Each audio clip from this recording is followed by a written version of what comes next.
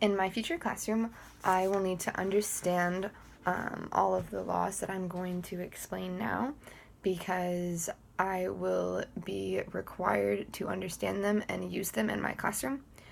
And if I do not understand them now, then I am setting myself up to be sued or get into trouble with the district that I am working for.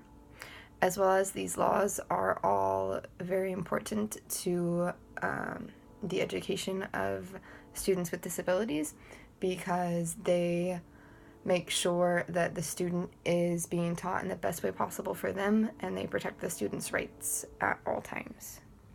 The first is the Individuals with Disabilities Education Act of 2004.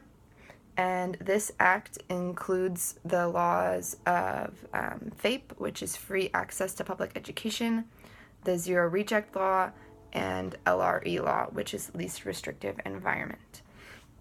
FAPE, or Free Access to Public Education, is the law that states that the school is in charge of paying for all services related to the education and care of a child that has disabilities, and that includes like wheelchair access and things along that lines. And if the district does not have those accommodations at that time, then they are required to get them, and they are required to be the ones that pay for them, not the parent.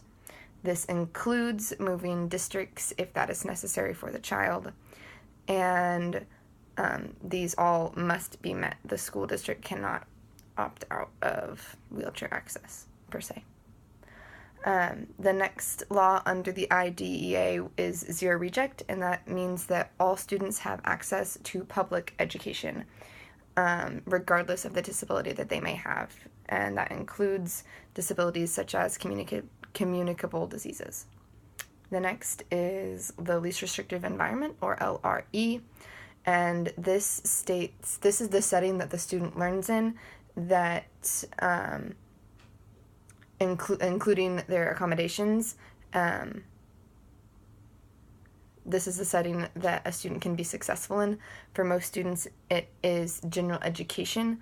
So this is just stating that students will be placed in the least restrictive environment possible, and given accommodations or services needed to stay in that environment unless it is otherwise proven that that is not working for them. The next law is the ADA, or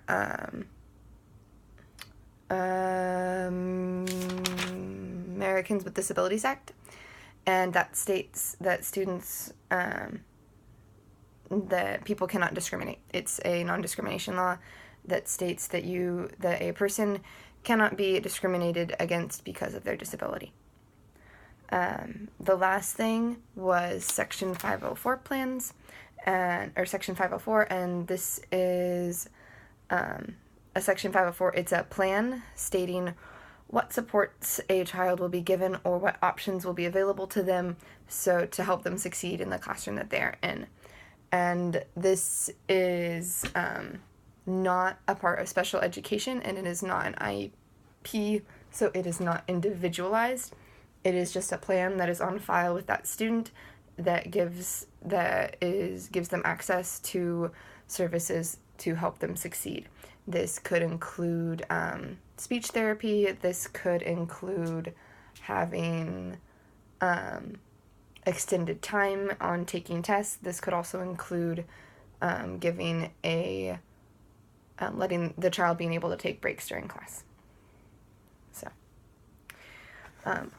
all of these laws are very important to me in my future classroom.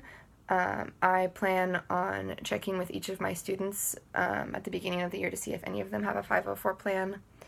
And I also want to make sure that I keep students in my general education classroom, if at all possible, so that they are in the least restrictive environment possible. And I will work with other teachers or behavior specialists to do what I need to make sure that they stay in my classroom, if at all possible. And yeah.